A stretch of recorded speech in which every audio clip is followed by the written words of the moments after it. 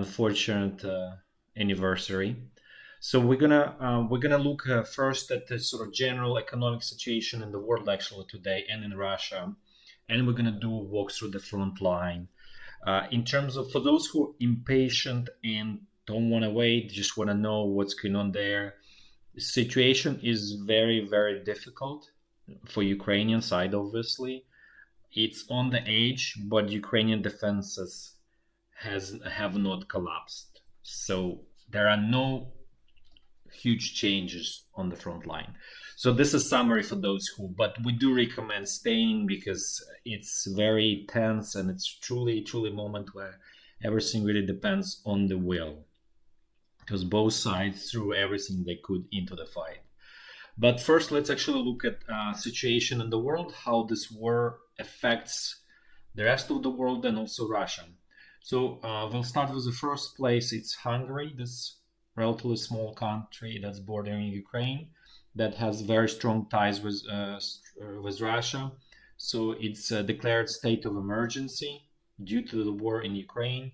And basically, what's going on there is that inflation is getting out of control. There are shortages of food, and potentially the whole financial system is kind of getting out of control, basically. So this, so that's the first place. Then let's look at the Germany. Germany declared that it probably will restart its coal-powered stations, power stations that generate energy, electricity in the country, because there are chances that there will be shortages of the Russian natural gas from Russia, and there is no easy way to find replacement for that. So that's really a huge 180-degree turn for Germany, which was trying to phase out all of their coal-powered electricity generation and nuclear-powered.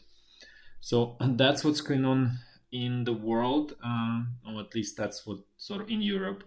Now let's look at what's going on in Russia, and situation is getting there worse economically for sure. So, for example, just a very anecdotal example is that logistics and sort of tracking rates. Basically, as you imagine, most of the goods are transported by trucks, at least the sort of consumer goods, and that's majority sort of like a backbone of the economy. That's like a logistical arteries of the economy. So the situation is getting worse to the point, for example, this is the route from St. Petersburg to the south, like Krasnodar Krai. This is here. Actually, sorry, this is Stavropol Krai. But basically, the route is to go to either. And so the rate for this route dropped from 100,000 rubles before the war, and rubles is Russian currency, to 50,000. And there is simply not enough jobs for the truckers. And so as you can imagine, that's really what this implies, is that the economy is quickly slowing down. And when we said that people who were economists who were projecting that Russian GDP will just drop by 10% or 9% is totally unrealistic. In our estimate, it will be at least 30-40%, because logistics is the first sign where everything goes, because you obviously need to first transport goods before you sell them, and if there's no demand, you stop transporting them. That's the first thing that gets affected. So, but however, there is also a new trend there, where Russia is trying to start bringing goods from China, and the way it actually goes, not through this sort of seaborne transportation, but actually some of the trackers are seeing routes going all the way to the Russian Far East, Vladivostok, in this area. So that will be like kind of, they'll probably the longest in the world tracking route, going from this Far East to basically, this western part of Russia. Economically, it's probably going to be super expensive as well, but this is what is Russia trying to do in terms of trying to support the economy the way it can. Then there is another interesting data point. So we're going back to to a city called Yekaterinburg. If you've been watching us, you remember we were talking about Russian military complex that's based sort of close or around this city. And this is a third largest city in Russia. It's about 1.2 million people. So the apartment sales fell there 7 times in April relative to March. So let's say in March the apartment sales were 700. Just so people understand, because sometimes people not follow what means 7 times. So in March there were 700 apartments sold, and in April only 100, right? So this is just made up number just to get the feeling of the magnitude of the drop.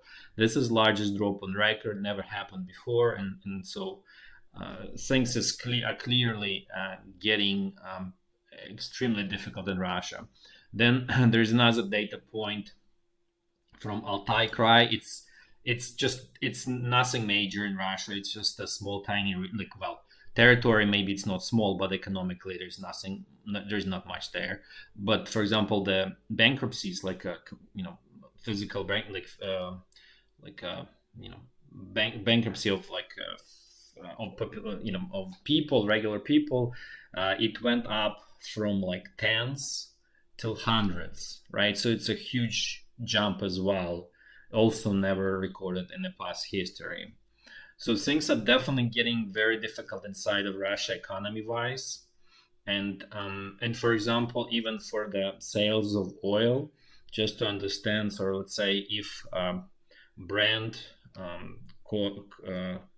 costs on international markets about 110 plus, Russia has to sell the Urals oil for about 60. So huge discount, 60, 65. So that's a huge discount relative to Brent. And in the past, there was discount of about $5 or something like that, plus minus. So it was very close, or very close to WTI. But in any case, so the opportunity to earn money also, it's still there, but it's also difficult. It's getting exceedingly difficult.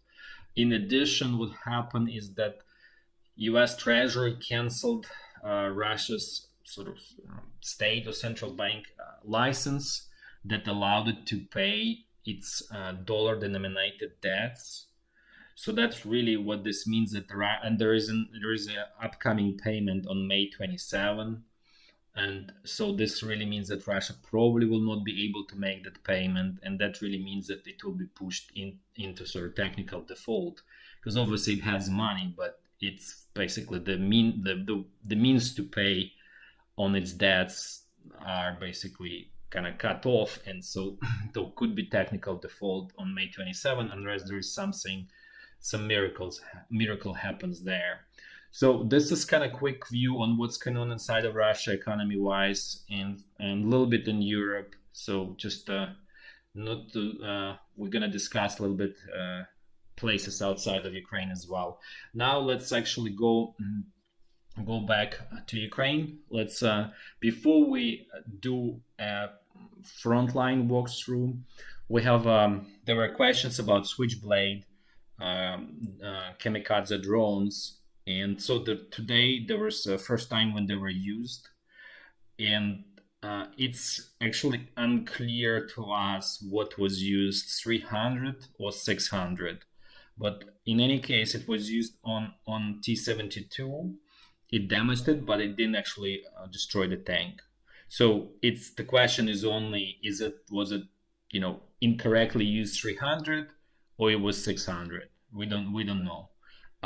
In case it was 600, so then obviously the initial kind of assessment not very favorable. And then, by the way, on this, kind of building on this, Russian army also used their kamikaze drone about 3 or 4 days ago against M777 howitzers that Ukraine got from the US.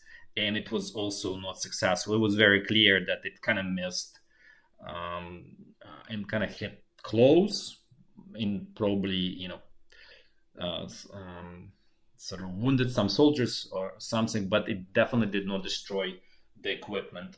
So far, if the case with 600 is confirmed, they don't look really promising from the initial experiences. So obviously just initial experience, but that's kind of like assessment. So let's now actually go through the front line. So as always, artillery ping pong here along this like different locations, just but more or less pretty much non-stop ping pong as here as well. And that's kind of our usual situation here. Now let's look what's going on around Kharkiv, and as we always, we're gonna do in clockwise fashion, and we're gonna go first south, and then we're gonna go west. So let's look at Kharkiv first. So it looks like Russian troops managed to finally capture Ternava, so it's in Russian hands. There is fighting going on here, but we don't have enough details to actually clearly map it out. But there is some fighting. It's a very low intensity fighting. It's at the squad company level.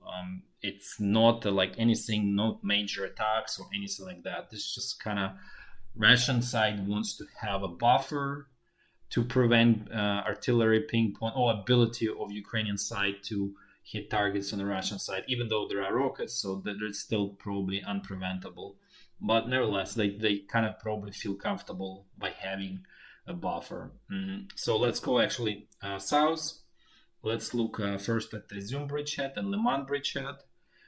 And this is schematic here at high level. This is a Russian units. There's a Ukrainian units. The gray ones are exhausted, or what we deem units that suffered heavy losses, and as a whole unit is not capable of offensive operations. But what happens is then Russian command tries to create usually call it condensed or consolidated units, or it's also, there is a term ad hoc, but we don't think ad hoc is really exactly truly explaining the meaning of it.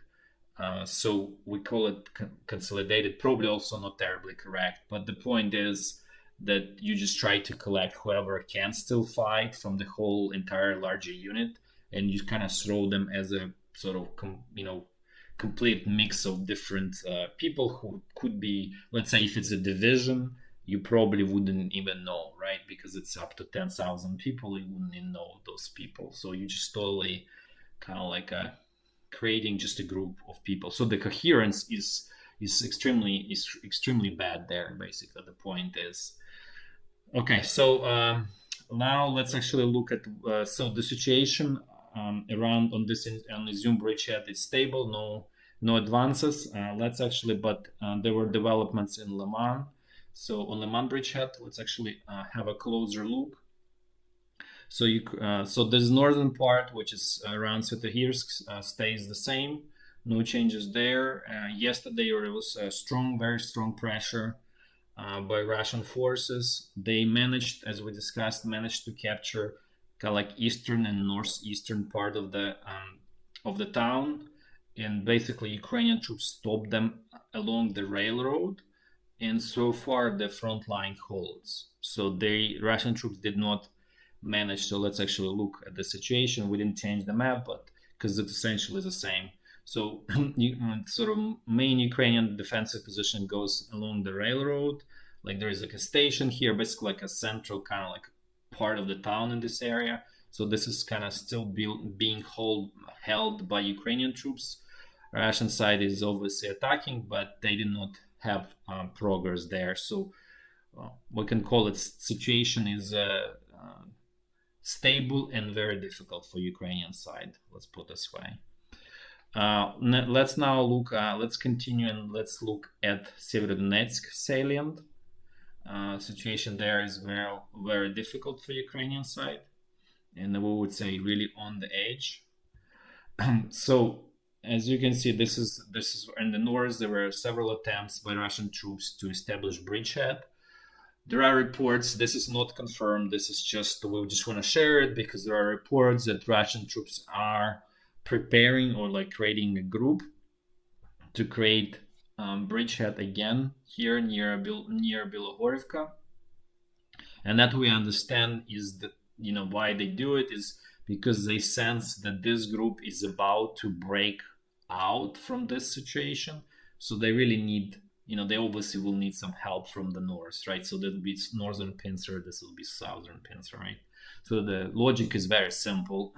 So basically what this really tells us is that the main objective, main goal for this Russian group here is not to try, not kind of like a small pocket here, but they still very hopeful to create larger pocket here, just basically all of this group, or force withdrawal of all of this group. And if that withdrawal happens, it's pretty much guaranteed that Ukrainian troops during the withdrawal will lose all heavy equipment. So they'll be just basically, they will just save the lives of the soldiers, but all of their heavy equipment is gone. And that would be very, very painful for Ukrainian army because, as we discussed many times, Ukrainian army is severely lacking on weapons. So that would be a big hit there. So that's the situation. That's partially why Ukrainian army is trying to hold the line at like basically all will in the stretch, probably to total maximum as much as as you can. And it's really at this point is like just based on the will, because really essentially everything that could be thrown, giving the whole sort of limitations of Ukrainian army we discussed many times, like a lot of inefficiencies, extremely poor middle and high level command, and all of that stuff, giving all of those limitations. So that's been everything that could be done in this imperfect system is done basically, right? So it really depends on, at this point, on very much on individual soldiers and lower level like commanders, like a company squad commanders. So that's who really will determine the fate of the situation at this point. So far, Russian side. So we discussed this northern side. They preparing to create another bridgehead here in hope that this group will break out in a day or two, probably. That's the logic there.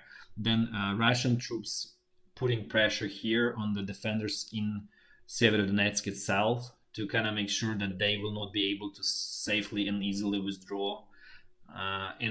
Just because the map is relatively small, what this means that this unit from 4th National Guards Brigade is actually here in town. It's a battalion and 2 battalions here, and also battalions from the 57th Brigade are here as well. So there is not just battalions from 115th Ukrainian Militia Brigade. There's many more troops there, probably up to 2,000, like more likely like 1,500. So just so everybody understands, there is good amount of troops there, and the Russian side is putting pressure using 2nd Army Corps here because that's call it second or third rated troops, and they basically just putting pressure to distract sort of attention of Ukrainian command and make sure that they cannot pull any reserves. Not that there is not much to pull out of here, but they just want to make sure that they completely busy here and basically trying to stress Ukrainian sort of army as a system, if you look, as much as possible, to put stress at every angle, every opportunity, wherever they can, right? So that's what's going on here. Then this Toshkivka is still holding on. So basically the fighting is going on somewhere in this village. No changes here. We actually determined that this is being attacked by the 4th Brigade from the 2nd Army Corps. So this is here. So apparently 7th is here, and there's probably another that we never being able to determine the number of brigade it's operating here. So probably 2 brigades here, 1 brigade here, and then mostly Russian troops overall here. So then again, there were attacks on Hirske, on Zolote. Russian troops got stuck here in the defense line, and they never managed to kind of get through it. So basically they stuck, and this probably means that they totally stuck there. But not that they really want to totally break through. This is, again, the idea is to put pressure everywhere where they could, right? To increase chances of success here, because that's a main bet that the Russian command is making at this point. So situation here is extremely on the edge, from Ukrainian side, obviously. The Russian side attacked towards the village of Bilohorivka. From what we know, it was not successful attack.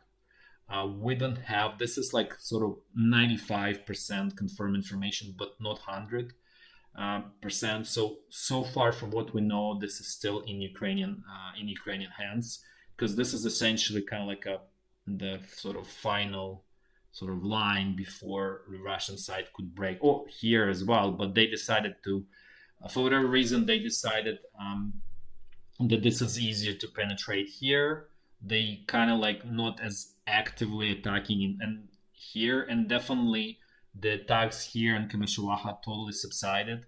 So the kind of like the axis of attack kind of shifted in this direction basically from initially, because initially it was kind of here, and now they trying. So basically, they probably feeling that defenses here are weaker for whatever reason, and we obviously, we don't have a 3D map here to be able to kind of truly feel how it is there. But for whatever reason, they feel it's easier to break through here, so they're attacking in this direction. And this one as well is kind of like more or less stable. I mean, there are attacks, like local level attacks, but there's no like concentrated, like strong effort as it is here in this area basically. So that's the situation here. Here again, nothing really to report, just more or less stable. Let's actually look at this is that map that hasn't really changed. This is where the attacks here are pretty much not that strong here as well. The focus is basically attacking it, this Bilohorivka. At the same time, when we look at this map, what it really tells us that really, in order to get it, you really need to kind of capture Vasilivka. But somehow they are attacking it from this direction, from kind of like straight from south.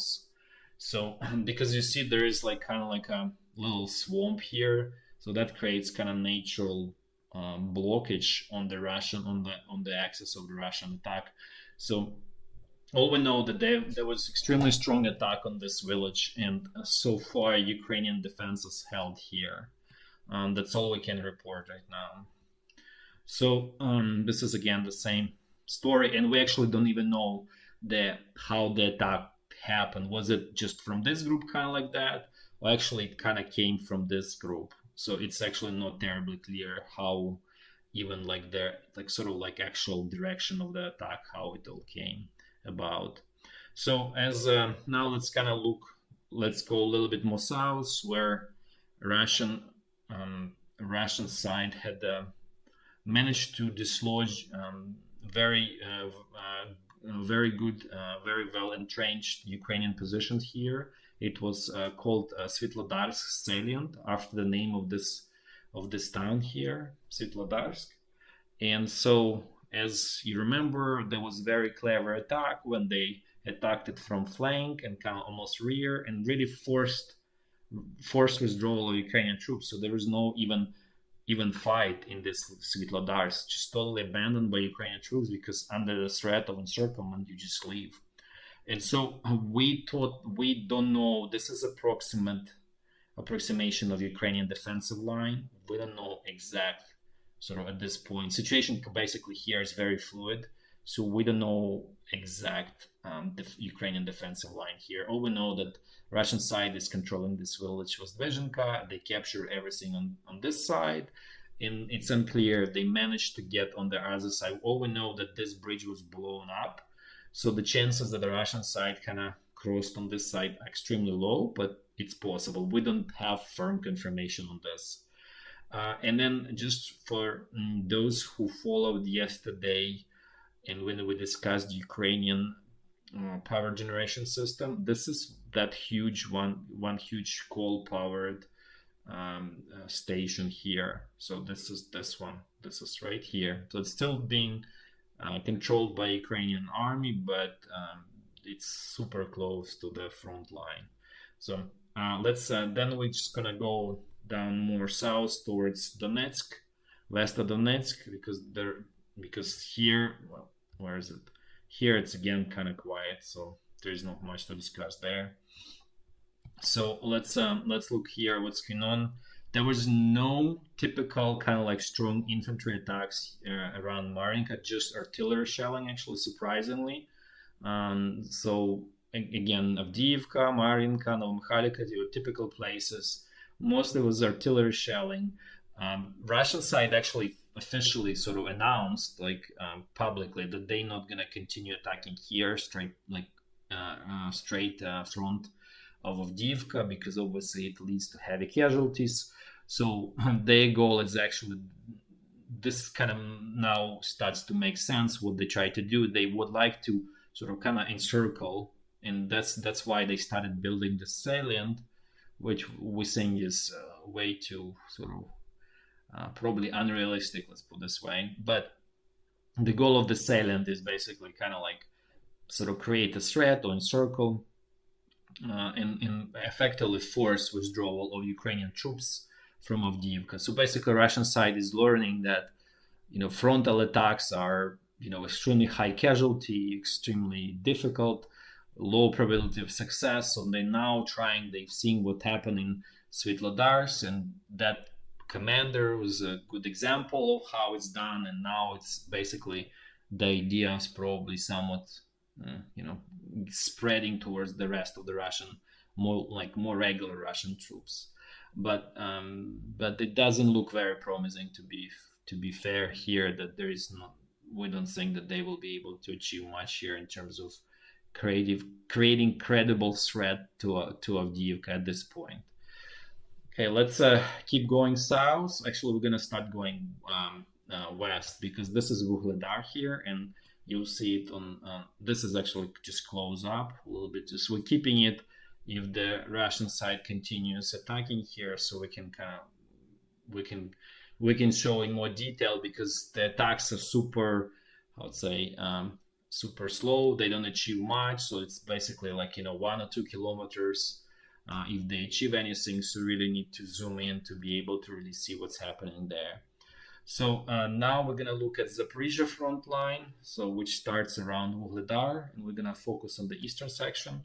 Here, everything is really not much to report. Everything is call it quiet in terms of there's artillery shelling, there's some kind of like reconnaissance attacks, but really nothing major is happening here. So just basically the same status quo. Both sides, not that they're happy, but they don't have resources to change this. So this is basically all about resource constraint, right? So both sides don't have resources. Everything is being what can be pulled is pulled to Severodonetsk salient, and so that's where the sort of fate of this phase of this war is being decided at this moment. So let's look at the Kherson bridgehead.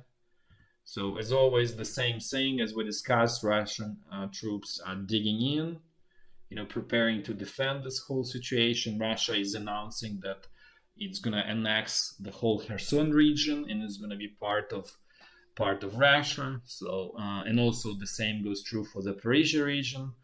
So they actively trying to sort of integrate these regions into Russia. We discussed this many times. Economically, politically, culturally, that's more important, and educationally. So they approach it from all angles. So it's not just it's not a primitive way where just like, oh, they work from even more focused on actually educational cultural approach, because as we discussed before, this is a largely ethnically Ukrainian region overall. So there is a lot of